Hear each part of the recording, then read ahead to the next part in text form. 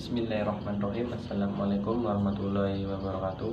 Perkenalkan, nama saya Duslito, NPM 20111101112, kelas C, Pendidikan Agama Islam.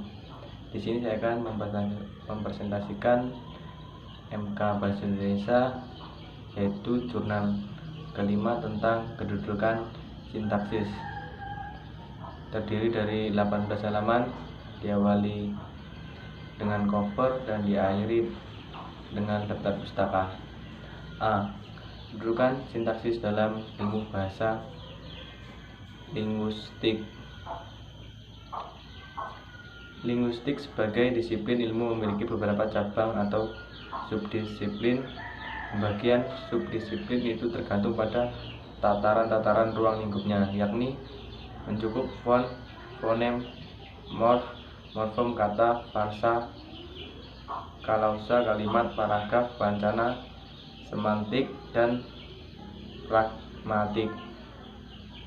Ilmu membicarakan font disebut fonetik, yang membicarakan fonem disebut fonemik, yang membicarakan morfen dan kata disebut morfologi, yang membicarakan kata farsa, kalausa, dan kalimat disebut sintaksis. B. Fungsi kategori sintaksis. Fungsi kajian sintaksis terdiri atas beberapa komponen. Tiga hal yang penting: ada subjek, predikat, objek, pelengkap, dan keterangan. 1. Subjek dan predikat. Subjek adalah bagian yang diterangkan predikat. Subjek dapat dicari dengan pertanyaan apa atau siapa tersebut dalam predikat. Predikat adalah bagian kalimat yang menerangkan subjek. Predikat dapat diturunkan dengan pertanyaan yang disebut dalam subjek: sedang, apa, siapa, berapa, di mana, dan lain-lain.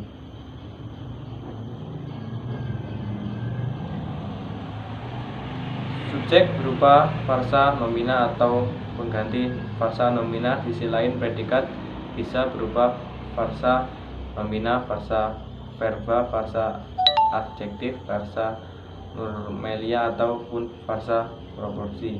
Berikut adalah contoh dari kalimat yang memiliki subjek predikat. Contoh: Dr. Supriyadi, MPD.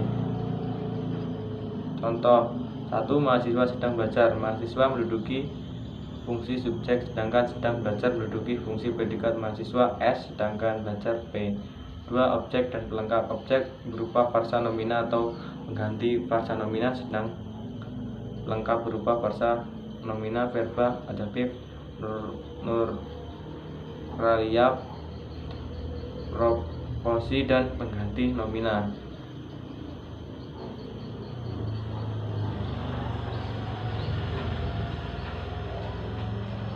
C. Konsep dasar sintaksis. Pada bagian ini dibahas sepintas tentang hakikat farsa, kalausa, dan kalimat. Dengan demikian terdapat kesatuan bahasa dalam menyikapi masing-masing hakikat tersebut. A. Hakikat farsa. Istilah farsa dalam bahasa Indonesia sering disamakan dengan istilah kelompok kata. Dengan penyamaan tersebut terimplikasi makna bahwa farsa itu selalu terdiri atas dua kata atau lebih.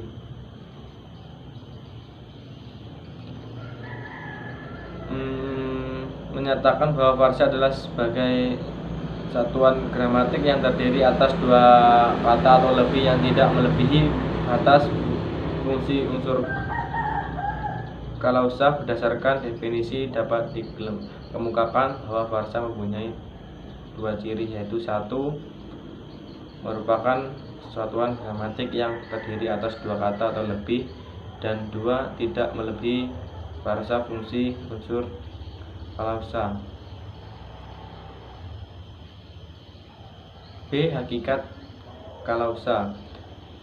Klausa merupakan unsur kebahasan yang berada pada tataran lebih rendah dari pada kalimat dan berada pada tataran lebih tinggi daripada farsa. Unsur inti klausa adalah subjek dan predikat. Hanya saja dalam realisasi pemakaian bahasa unsur subjek bisa tidak hadir, hanya unsur predikat yang hadir, tergantung pada kaidah yang berlaku pada setiap bahasa.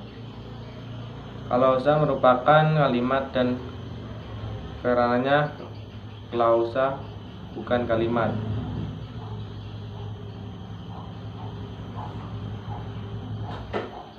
Mungkin itu yang bisa saya sampaikan, kurang lebihnya mohon maaf. Wassalamualaikum warahmatullahi wabarakatuh.